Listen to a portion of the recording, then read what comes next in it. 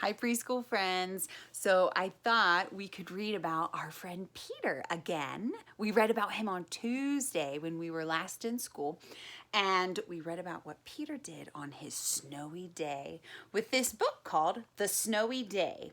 And the author is Ezra Jack Keats. She is the author, so she wrote the words, and she's the illustrator, which means she drew these awesome pictures. You ready to read? One winter morning, Peter woke up and looked out the window. Snow had fallen during the night. It covered everything as far as he could see. And I know on Tuesday we said he is sitting in his bedroom looking out the window. So think, what can you see when you look out your bedroom window? After breakfast, he put on his snowsuit and ran outside. The snow was piled up very high along the street to make a path for walking.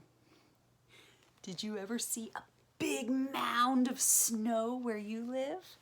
Maybe made by a snowplow that pushed the snow?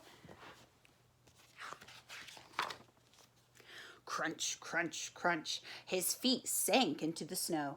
He walked with his toes pointing out like this, and then his toes pointing in like this.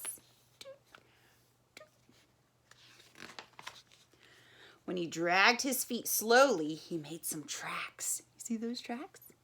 And then remember, he found something sticking out of the snow that made a new track. He had two. Then he added another track, which made 3 tracks. Let's see what it was. Do you remember? It was that stick. A stick that was just right for smacking a snow-covered tree. So he smacks that tree, and then what happened? Plop. The snow went all over his head. Here he is, he's walking away. Where do you think he's going? Ooh, he went and he found a snowball fight. But he soon discovered that he might be a little too small to play with these boys. So instead, he went and made a happy snowman. He made some snow angels. Did you ever make a snowman or a snow angel in the snow? He pretended he was a mountain climber next and climbed the big hill.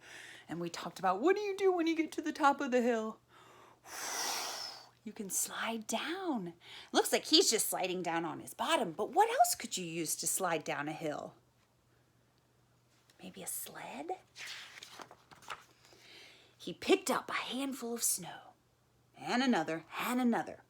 He packed it round and firm, and he put the snowball in his pocket for tomorrow.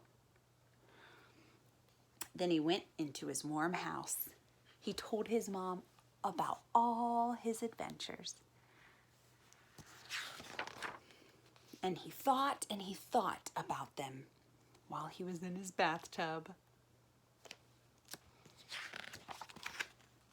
Before he got into bed, he looked in his pocket. His pocket was empty. The snowball wasn't there. Peter was sad. What happened to his snowball? We talked about it. He has a wet mark on his coat because the snowball got hot, got warm, and so it melted. While he slept, he dreamed that the sun had melted the snow all away. But when he woke up, he saw that the snow was still everywhere, and new snow was even falling. After breakfast, he called his friend from across the hall, and they went out together in the deep, deep snow. So now he can do all of those adventures with a friend. All right, thanks for joining me and Peter. See you guys soon.